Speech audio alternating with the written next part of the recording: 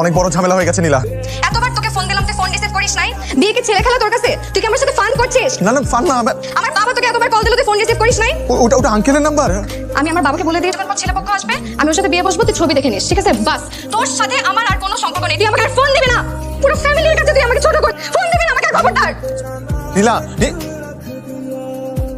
নীলা, তুই আবার ফোন দিছিস। তুমি তোমার বাসা ঠিকানাটা আমাকে দাও, আমি বাবা মাকে ম্যানেজ করে নিয়ে আসছি তোমার বাসায়।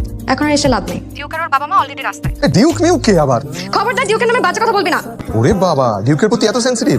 আমি আসতেছি তোর বাসায়, পারলে ঠেকা। তুই আয়, তোর সাথে কুলসুমের বিয়ে দিয়ে দেব। এই কুলসুম কে আবার? ওই যে আমার মাকে কাজে সাহায্য করে। ছি নীলা, তোমার রুচি এত বাজে। তুইও গাড়ি থামান।